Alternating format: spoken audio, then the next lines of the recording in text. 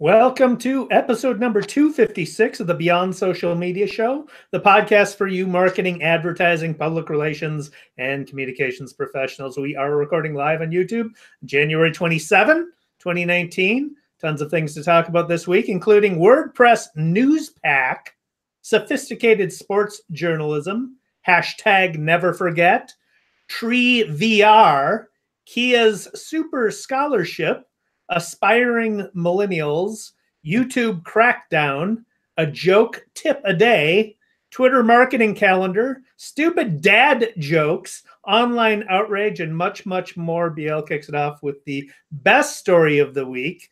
BL, out of focus, BL. Tell me what's the best story. Am I out of focus again, damn it? Oh, I don't know why. There we go. I'm back. Okay. Yeah. A lot of major news media, including Time Magazine, CNN, 538, and Quartz, are hosted on WordPress blogs. And this week, WordPress announced Newspack, which is a new platform for news organizations. And they are teaming up with Google, Lenfest, Civil Funder Consensus, and Knight to develop a whole new next generation publishing platform. And a lot of individual news sites and reporters and bloggers all over the world use WordPress, as we do. And but what WordPress says on their announcement is many local news organizations are struggling to find sustainable models for journalism. And we're seeing a need for an inexpensive platform that provides all the technology and support that lets news organizations build their businesses and focus on what they do best, which is critical reporting for their communities. Particularly local news outlets are having these issues. And so they say on their blog post, they hope that Newspack will give a platform where they can continue to focus on what they do best while we focus on providing world-class technology and support across their editorial and business applications. So it's aimed at small and medium-sized news organizations, and funding for it, besides from WordPress, comes from Google News Initiative, which is taking the lead in backing the project, and they committed $1.2 million. The Lenfest Institute for Journalism is contributing $400,000. Consensus, a venture backing studio, and Civil Media are contributing $350,000, and the Knight Foundation contributing $250,000, and an additional $200,000 are going to be announced later this month. So if you have a news site now and you aren't looking for a new content management system, Google Webmasters has posted a number of tips for getting your content into Google News. So I will post that link in the show notes.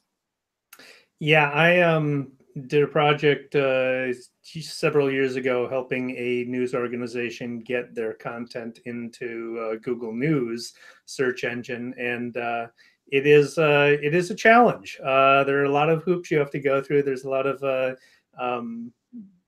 basically it's not easy, but well worth it. If you're a legitimate news organization, they're definitely going to take a look and include you if you follow their. Though, Dave, I'm always surprised at which things they do pick up and which things they don't. Some of the things that I get a daily digest from Google Alerts, and some of the things that they pick up are just press releases, and other things are actual news. It's kind of funny. I don't know what their formula is. Yeah, that's probably has something to do with personalization, according to you.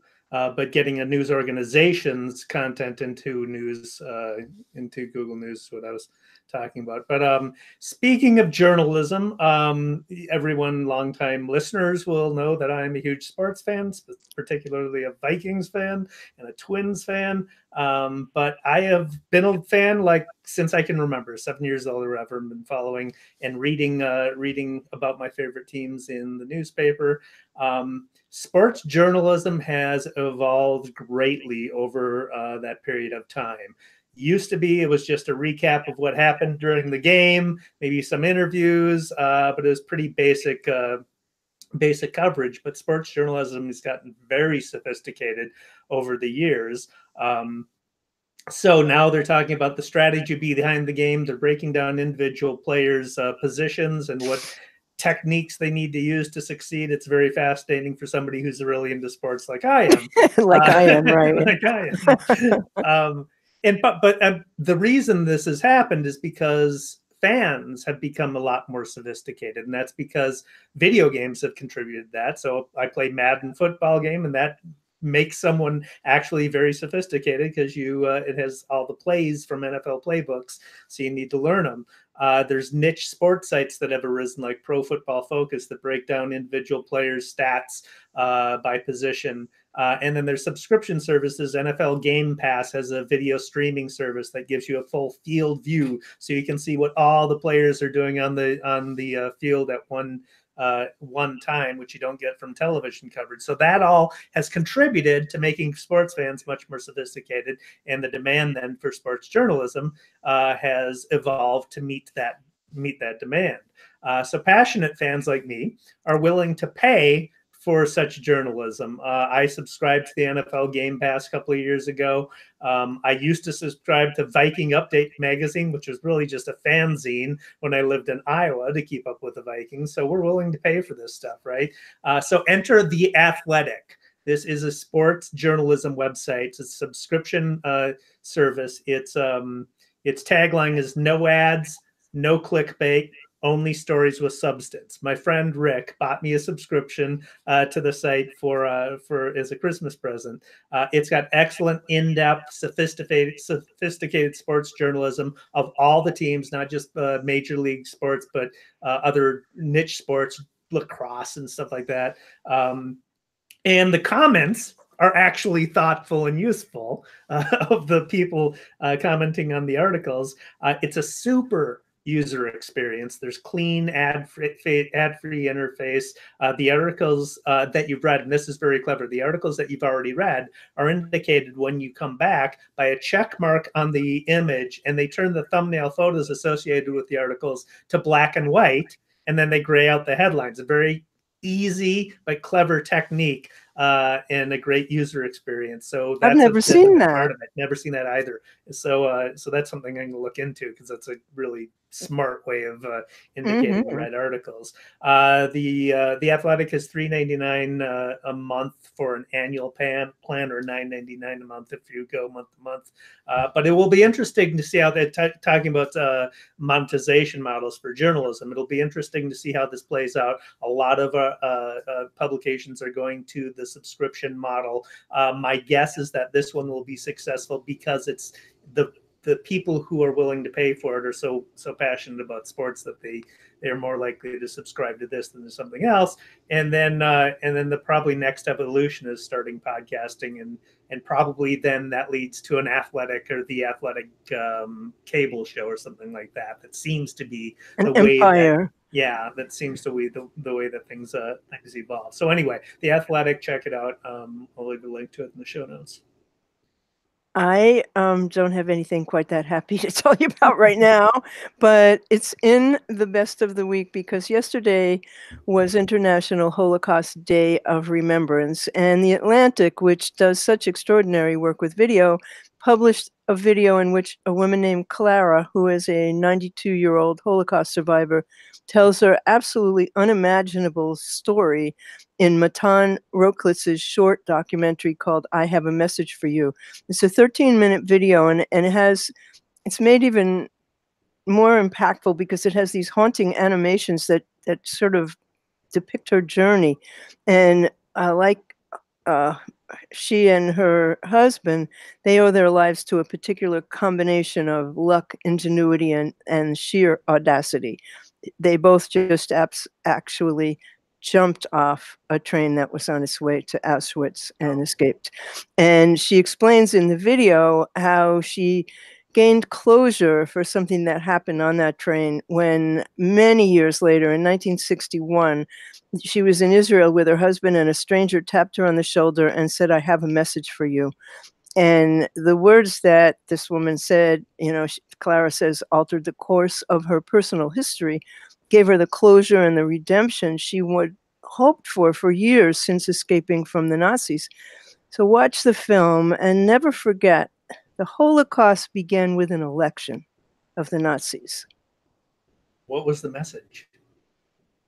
Well, the message was what had happened was that her father was gravely ill on that train, and they left him, and he died. And the message was from her father saying he was proud of them for doing that. And then he died. Those were his last words. And so she had carried this guilt of leaving her father, knowing how deathly sick he was, but you know, he was glad to know that they had a chance.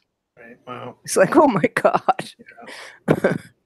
So this one is another sort of cause related. Well, this isn't a cause. This wasn't a cause, but History. yeah, history. But this is fascinating example of virtual reality.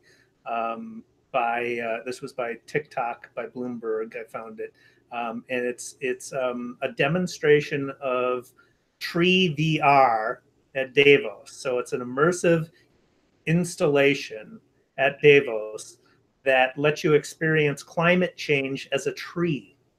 So you experience you through the VR experience. It's not just a VR headset. Yeah, it's not just a VR headset. That's obviously a central part of it, but it's a completely immersive experience. You put on the headset and you experience growing from a seedling to a rainforest tree. So your body is the trunk. You have these handheld things, and your arms are the branches. It's a whole body experience. And there's a vibrating floor. There's simulated wind, and there's even heaters. So you watch a forest fire approach from the horizon, and there's nothing you can do as it reaches you because you're a tree. And so the forest fire rages through. It's just a very clever execution of VR to illustrate the impact of climate change. But I could see taking that basic idea and applying it to a bunch of different other things like agronomy. So I worked in agriculture, worked for an ag client, applying it to agronomy to teach farmers about how soil chemistry and pests and disease affect yield. There's just a lot of different applications you can do. So we'll have a link to the video in the show notes to see you actually get a first person point of view from the video, and here's some commentary of people who have actually experienced it. They say it's an emotional experience, actually. I'll bet it is. There's a book called The Secret Life of Trees, in which it explains how trees communicate with each other, and how you know, we don't think of trees as sentient beings, but in fact they really are. I mean, they're able to put out, like, some trees are able to announce that certain insects are coming to, you know, to hurt them, and so the trees in the vicinity put out like a stuff that rejects them. And you know, the only way they can know to do that is another tree told them. I mean, it's not like someone came and tapped them on the trunk. And also, like, how they put their roots out. Trees are amazing, but I can't wait to see that. Yeah. So as we all know, the Super Bowl is coming right up, and this year, commendably, Kia is plugging a scholarship program in their Super Bowl ad. And they have a history of having celebrities in their ads, but instead they're using their ad to launch something called the Great Unknowns Scholarship. And it's for helping young people in need to get a foothold in higher education. So there's a teaser that ran during Sunday's NFC Championship game on Fox. And in it, a boy with a Southern accent says, "Right now, companies everywhere are choosing celebrity endorsements for their big game ads. Millions will be paid just like any other year, but what if it wasn't? What if a few of those celebrity paychecks got set aside to help unfamous people? What if this year, in some way, it was about the rest of us?" And so there's a site called thegreatunknowns.com. And on February 3rd, you can go there to apply for a scholarship. And last year, Kia and Hyundai are corporately related. And last year, Hyundai ran an ad promoting Hyundai Hope on Wheels that distributes a small portion of proceeds from every Hyundai vehicle to institutions that fight childhood cancer. So I think that it's incredible, because in their other Super Bowl ads, Kia had Aerosmith frontman Steven Tyler. Last year, they had Melissa McCarthy. In 2017, they had Christopher Walken. In 2016, although I don't remember that one, and Pierce Brosnan, who I just adore, in 2015. So I'll put a link to the video on the website, and it just sounds like a much more socially responsible thing to do. Well, this next one is not a Super Bowl commercial, but it is a commercial, and it is a kind of socially responsible kind of commercial. It struck me because it's been running on heavy rotation, and the ad knows exactly who it's targeting. It's targeting millennials and does such a good job that I need to talk about it because it's a great example of how to focus in on your target audience and really nail it. The company is Aspiration Bank. And so Aspiration is an online bank, and they are targeting millennials. So from the website, the copy on the website, it says, "We didn't set out to build a bank. We set out to build a better world. Save money, save the planet. Aspiration puts more money in your pocket and more power to do good in your hands. Do well, do good. Fossil fuel free investment products and banking services. No overdraft fees. Free access to every ATM in the world. No monthly service fees. Commitment to donate 10% of the earnings." So the commitment to donating earnings and fossil fuel investment, those are big things with millennials. Is they want to know that the company that Not just millennials, but it is a big thing with millennials. So they know that they're targeting the right message that way. But also the TV commercial in particular. So it features a millennial jogging, and the voiceover that just perfectly matches the millennials' intonation. You got to hear it. You got to watch it to believe it. We'll put a bit in the show notes. But it starts out with, "You've worked hard to build a better life and a better world. Now you can do both." And it's just the intonation is just perfectly millennial. It's insane. They just nailed it. So does it include vocal fry? no, it doesn't. That would be perfect. Well, YouTube has announced yet again that they're cracking down, but now they're cracking down on dangerous pranks and challenges. And I got this one from Peggy Kay, who's a Google product expert. And apparently there've been a string of really harmful dares, and YouTube has announced that they're going to crack down on these dangerous challenges and pranks that people do. And if you have 3 community guideline strikes in 90 days, you're out. You can't put up any more videos.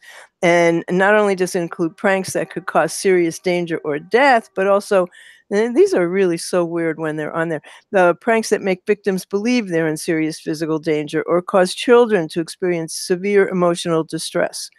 And YouTube says they're also strengthening enforcement around custom thumbnails and external links that egregiously violate their words, the community guidelines. And, there have been the Tide Pod Challenge, where for some unfathomable reason, people were eating laundry detergent packs on camera, and the Fire Challenge, where they douse themselves in a flammable liquid and set themselves on fire.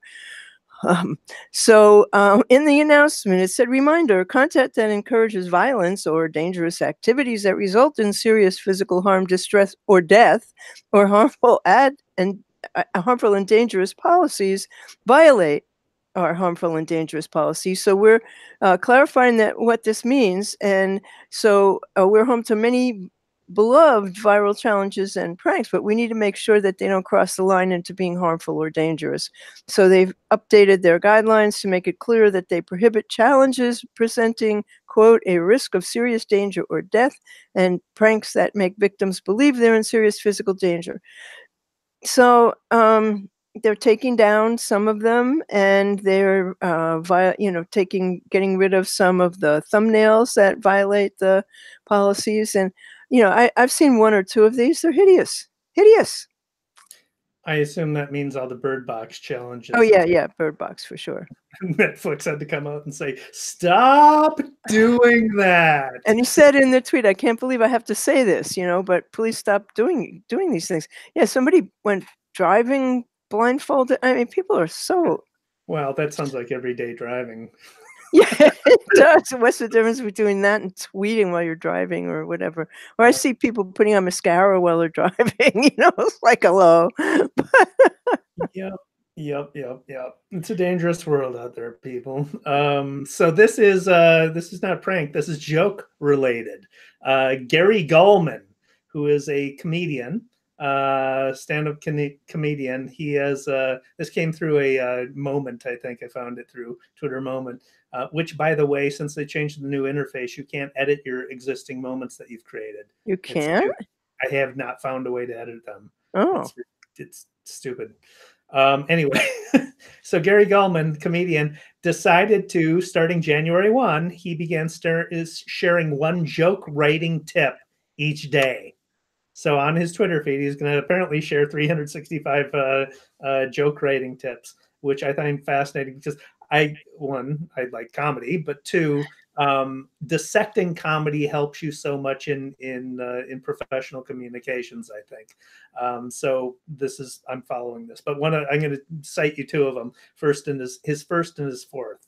So record every set is his first joke writing tip. Record every set that you do. The hard part, listen to it and transcribe everything you want to say again. It's sometimes depressing, but it gets you to do the hardest part, which is to sit down and write. Usually you'll think of something to add or change. This works for me.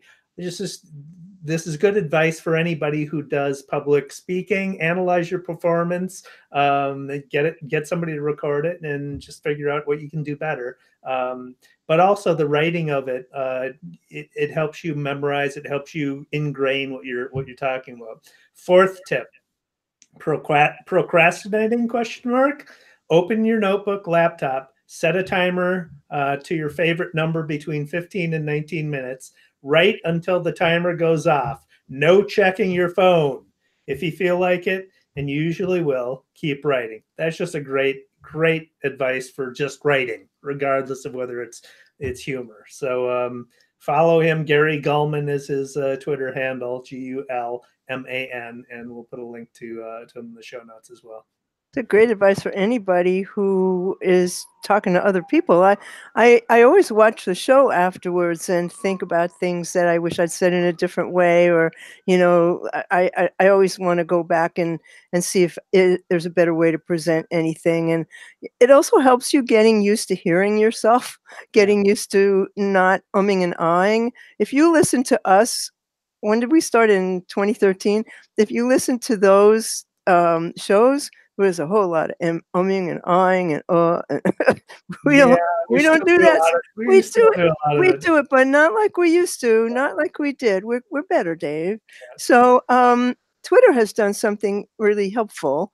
They have issued they usually do this by the month, but now they've done it by the year. They've issued a major events calendar for campaign planning. And I got this from Michael Hutchinson in Social Media Today.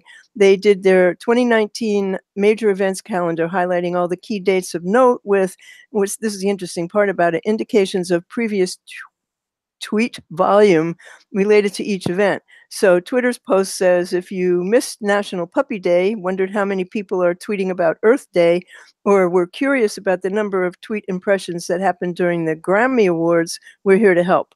So they announce, it's really a must-have resource for brands and agencies and us.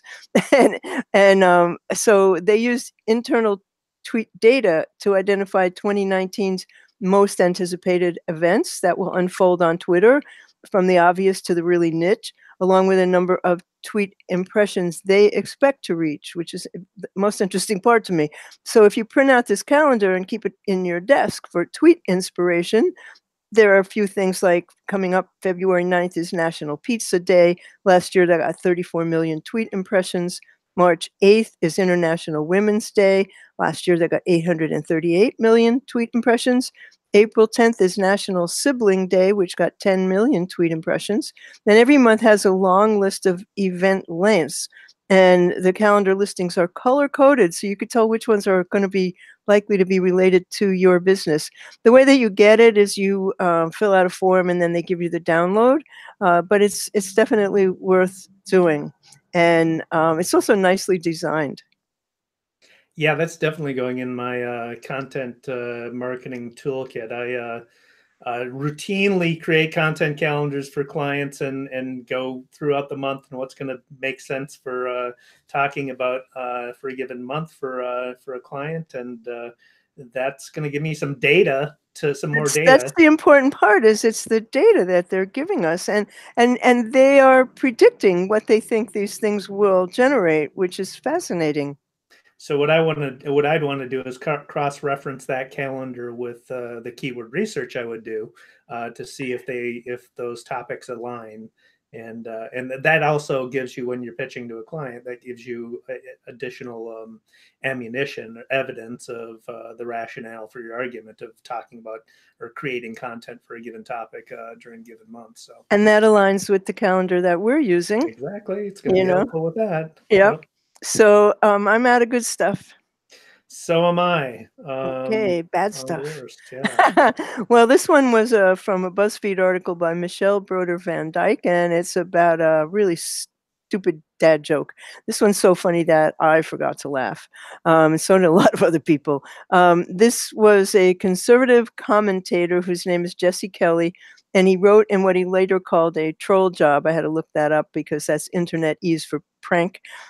He said that it was just meant to prank people and it got upset. But what he said was, I'm at a Lego robotics tournament for my oldest, and you've never seen this many depressed fathers in one place.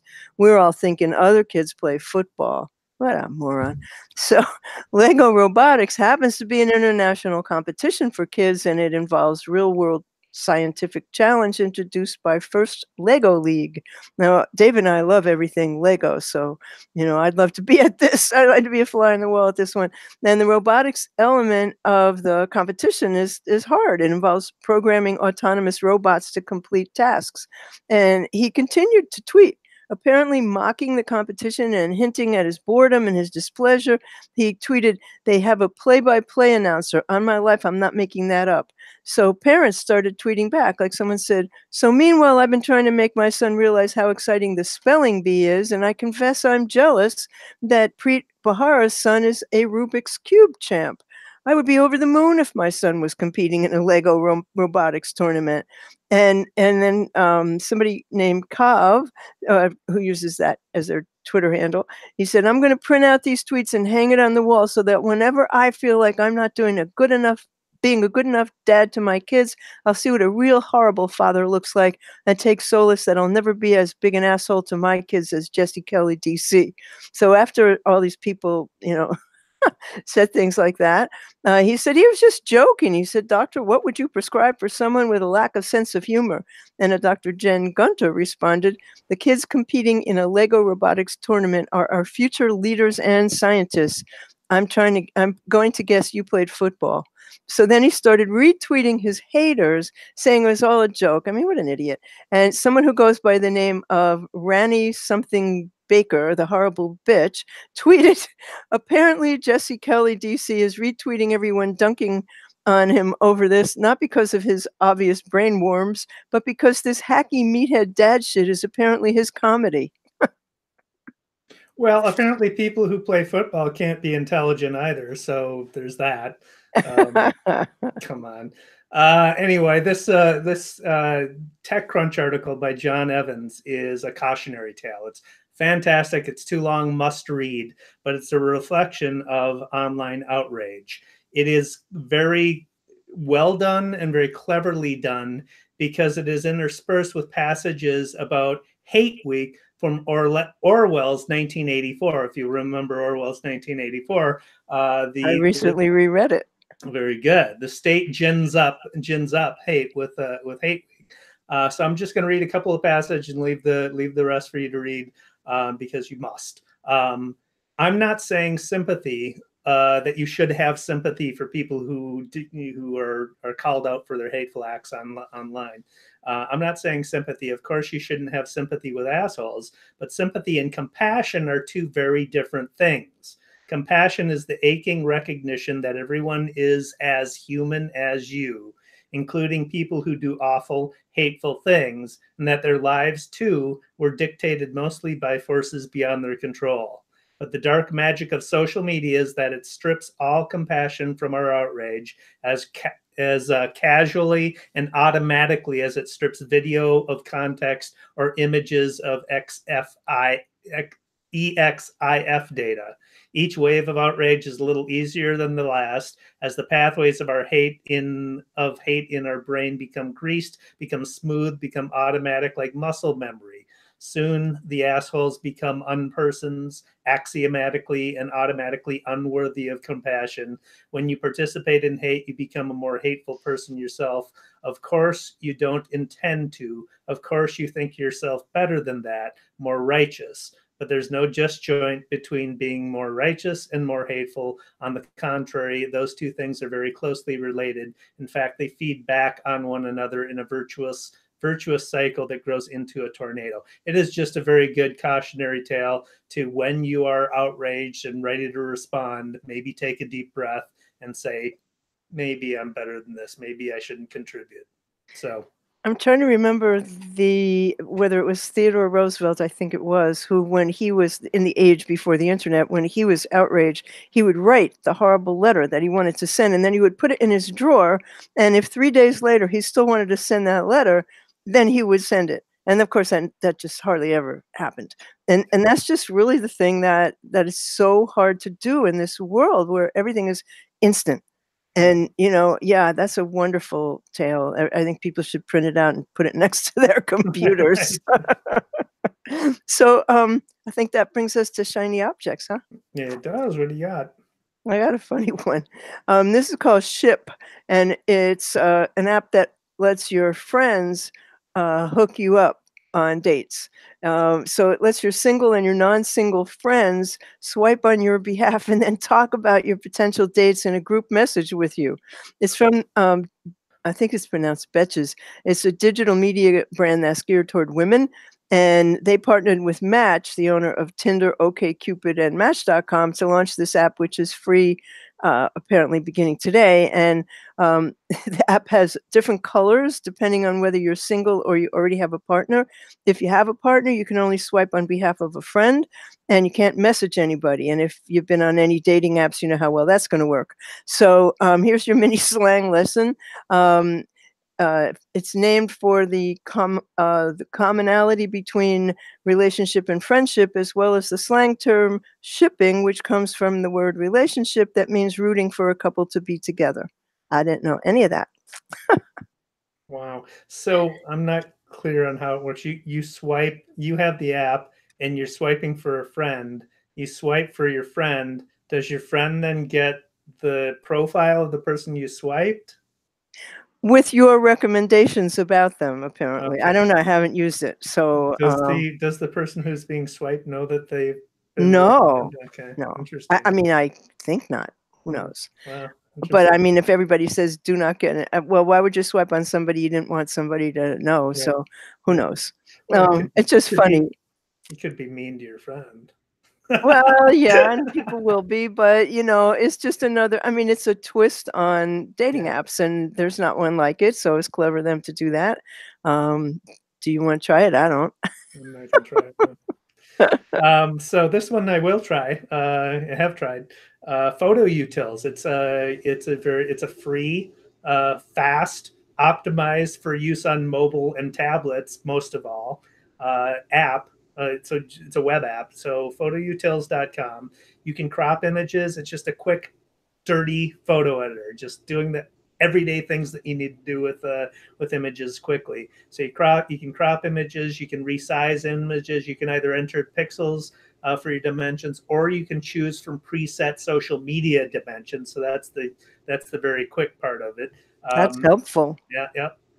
You can convert images to other file formats. You can rotate images, flip images, compress images. So Photo Utils, there you go.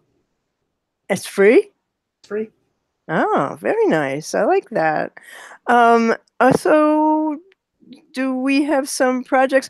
I was involved in something really quite wonderful yesterday, but I don't have, much of the result to talk about. But my client, who is an autism physical fitness trainer, and I went to a show called Include NYC that was for people families with kids with disabilities to learn about all the various services and camps and schools and after school things that were available to them.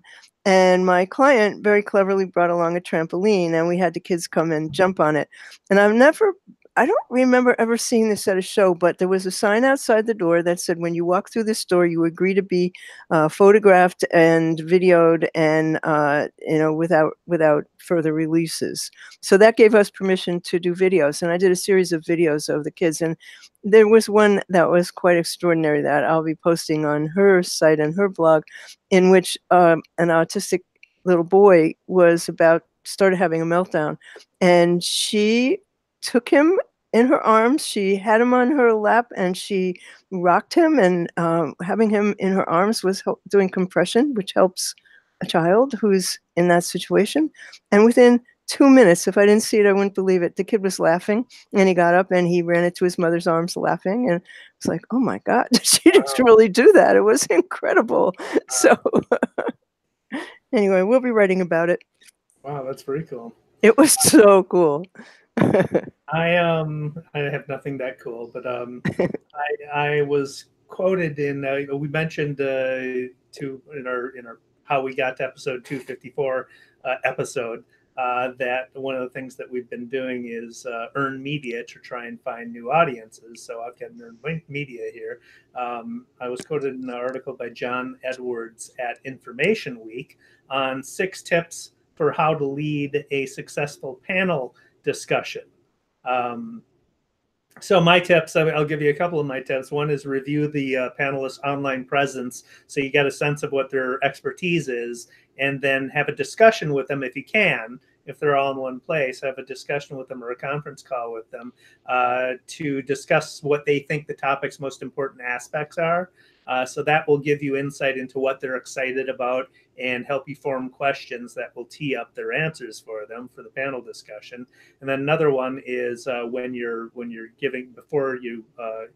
at the panel and you're about to introduce everybody, let the audience know when they can participate. So if it's a small audience, you might want to encourage people asking questions throughout. If it's a larger audience, you should probably save that for the end and have reserved time for a formal Q&A. But the one thing with this is whenever I contribute to a journalist request for a comment, I always ask, a link to my site would be appreciated and provide them links to it. So in this case, John Edwards did link to it in the article. So he linked to both my business site and to the show, because I said you can cite me as and co-host of the On Social Media show. So we got 2 links in this one. You usually don't. Most journalists don't link to it, but so it's not. I always ask. That was very nice. So we got 2 links, both to my company and to the show, but they were the first links in the article too. So he quoted other experts in the article, and they also got links. But because it was the first links in the article, then that is actually a higher ranking signal for search with Google than if it were linked further down in the article. So your links your suggestions were really good. That's why they were at the top. Well, they really thought them through, and they were very smart. Yeah, well, that's the other thing I try to do is when I respond to a journalist, to give them complete, full answers and quote-worthy answers, but really address what they're asking and think about it and give them thoughtful answers that will be helpful for their article. But because I did that, I had a whole bunch I've got basically a blog post worth of tips for leading a panel discussion. So I will be writing a blog post. But that's terrific. Stuff. That's exactly how it should end up. And then the other thing I've got is longtime listeners will know that I rant here and there about generations and the naming of generations. Mm-hmm. You notice how generations get named. We went from millennials, who were called Gen Y when they first came on the scene. Remember Gen Y? And then they were called Gen Y because my generation was called Gen X, Gen Y. Now we've got Gen Z. It is stupid to call this new generation Gen Z. It's just freaking lazy. Generations, I wrote a really long post about this called Gen Z is Stupid. We'll put a link to it in the show notes, but it completely betrays the fact that those people writing about Gen Z have no idea what generations really are. So it's a wonderful post, and y'all need to read it, and it's fun. It's also a really fun post because it's got lots of fun illustrations in it. And yeah, I don't miss this one. It's a really good one. Thank you, Bill. You're welcome. So should we, oh, I got a pro tip. Yeah. So do you get a pro tip? I do not. Okay. All right. Sorry. Put you on the spot there, Bill. So my pro tip is a LinkedIn one, as usual. You can set your preferred location if you're looking for a job, and you want to signal to recruiters and headhunters where you want to work. You can actually set your preferred location for your next job on LinkedIn. So all you do is you click on the me icon at the top of your LinkedIn homepage, and then from the drop down, click on the view profile. Go to your profile, scroll a little bit till you see your dashboard, and then in your dashboard you should have a career interest link. They are rolling this out, so maybe you don't, but if you have I it, do. it'll be there. Yep. And then click on that, and from there you can choose where you would like your next job to be located.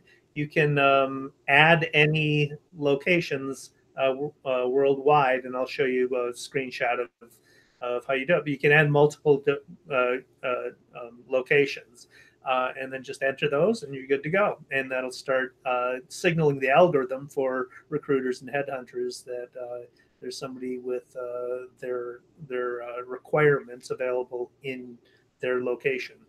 You also have to turn on the what do you call it, a little button.